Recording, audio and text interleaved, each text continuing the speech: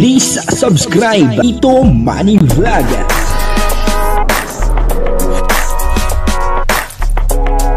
Payagan po si Tito Manny Vlog na mag-reactor para pambiling gamot sa kanya pong karamdaman. Wala man siyang records ng ng awayan.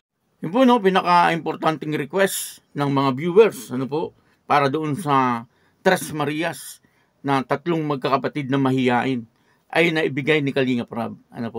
At talagang tuwan-tuwa po si Kalingap Rab, bagamat siguro hindi po natin nakikita na tuwan-tuwa din itong Tres Marias, pero yung pong ina ay nakitahan po natin ng pagkatuwa. Papanoorin po natin yung video at bibigyan po natin ng konting reaction. Pero bago po yan, ako muna po bumabati sa inyong lahat ng magandang umaga, magandang tanghali at magandang gabi sa inyong lahat mga kapatid. Saan man kayo ng panig ng mundo naroon ngayon, ay mag-iingat kayo palagi at pagpalain kayo ng ating Panginoon.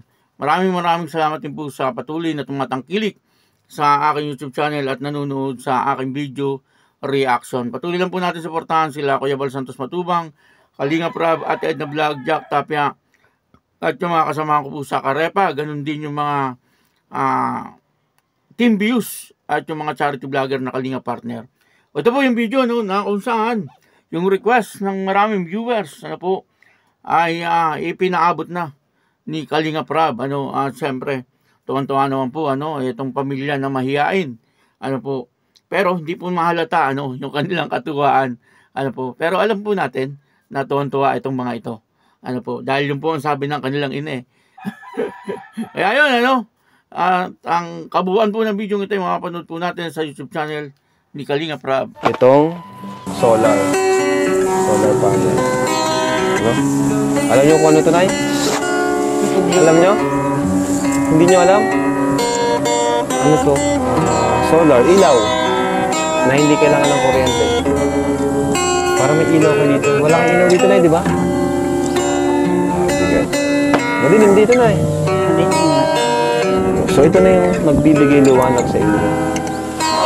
Ano po? Yan. Doon, Nay. Papakabit ko kina Kuya. Kuya Kuya Redzen! Papakabit natin. Pakabit nyo dyan, sa labas. Pero yung ilaw dito, Scott, isabit mo dyan sa kahoy sa loob. So, ito, Nay. May pasalubong ko sa bata. Asan yung bata? May bola dito. Ayan. Para matuwa naman. So, basan yung cellphone nila, Nay. Lagi sa loob. Lobat? Saan po sila nag-charge, Nay? Kapitbahay. Kapitbahay? Chris! Ba't ang tahimik mo, Chris, ngayon? Anong ginawa mo maghapon? Yun yung tubig. Tubig? Dapat taga-aral kayo. Kailan sila na yung masimulang mag-aral? Pagpasukan. Pasukan. Ayos na yan. Sure na po yan. So yan po, kinakabit ko naman.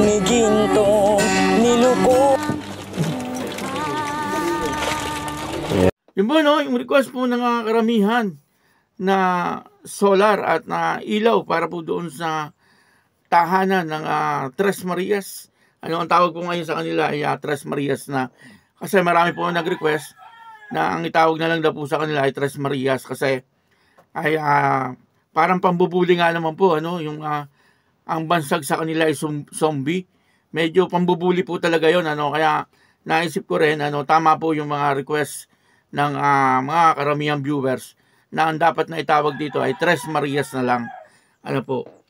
At minsan ginagamit ko rin na yung tatlong dalaga na mahiyain. At yun nga dito ay makikita po natin na maraming pasalubong si Kalingap Rab. Kung mapapanood nyo po ng buong buo doon po sa YouTube channel ni Kalingap Rab ay marami po sa ditong dala-dala para po doon sa pagtatanim nila sa paghahalaman. At meron din pong mga martilyo, lagari. Kasi yun po ang mga pangangailangan talaga kapag nasa bukid. At pinaka-importante po ay yung request ng mga viewers na solar. Kasi siyempre madalim po doon. At maaaring ang ginagamit po ng mga ito ay yung lampara. Yung may gas na may mitsa. Kumbaga may gases din po yun. Kapag walang gas ay wala po silang ilaw. Bibili pa po sila kailangan ng kerosene para magkaroon sila ng ilaw. Ano po, subalit, itong solar, alam naman po nating lahat na lalagay lang yung panel, ay okay na, ano?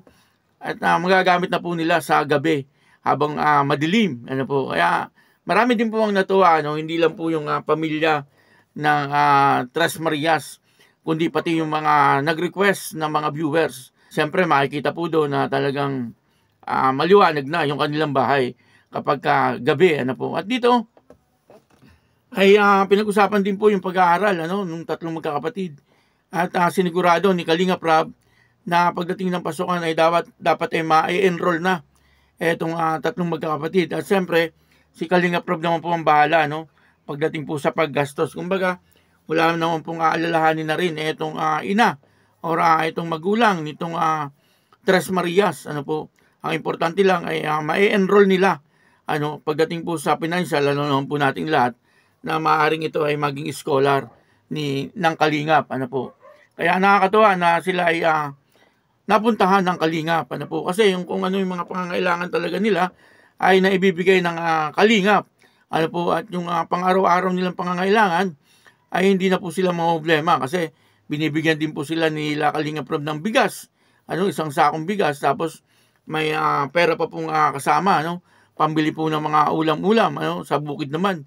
Hindi naman po masyadong problema dyan ang pang-ulam. Ano. Ang problema lang po dyan ay kapag wala kang palayan, siyempre yung bigas, bibili ka. Pero yung pang-ulam, marami po sa paligid. Mga gulay-gulay lang. Ang bibilhin na lang ay yung ingredients. Ano, katulad po ng mga daing-daing, yung mga gano'n. Ano. Kasi taga-bukid po ako eh.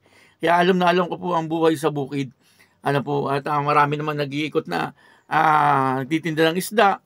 Ano, dito nga sa amin sunod-sunod eh.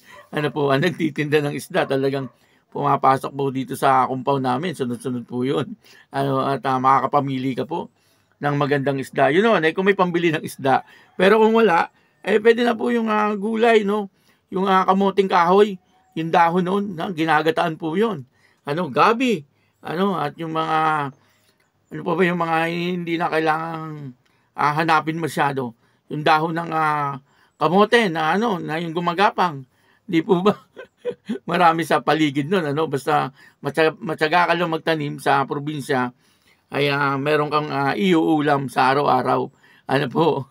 At yung oil, wala pong problema sa oil dito sa probinsya, no? Yung pong coconut oil, di po ba? Yung nyug, ginagawang oil, ano po, ay walang pong kagastos-gastos. Apoy lang at hirap, ano po ang kailangan, ano, upang sa ganun ay magkaroon ka ng mantika. Ano, ganun po dito sa probinsya. Ano po, kaya yung binibigay ni Kalinga Prab ay okay na okay yun. Ano, at makakaipon pa po sila para doon sa pag-aaral ng kanilang mga anak. Ano. Pero, siyempre, pagdating po ng enrollment, hindi naman po yung pababayaan ni Kalinga Prab. Ano po, kaya yun, ano, dito po ay naibigay na ni Kalinga Prab yung request ng marami.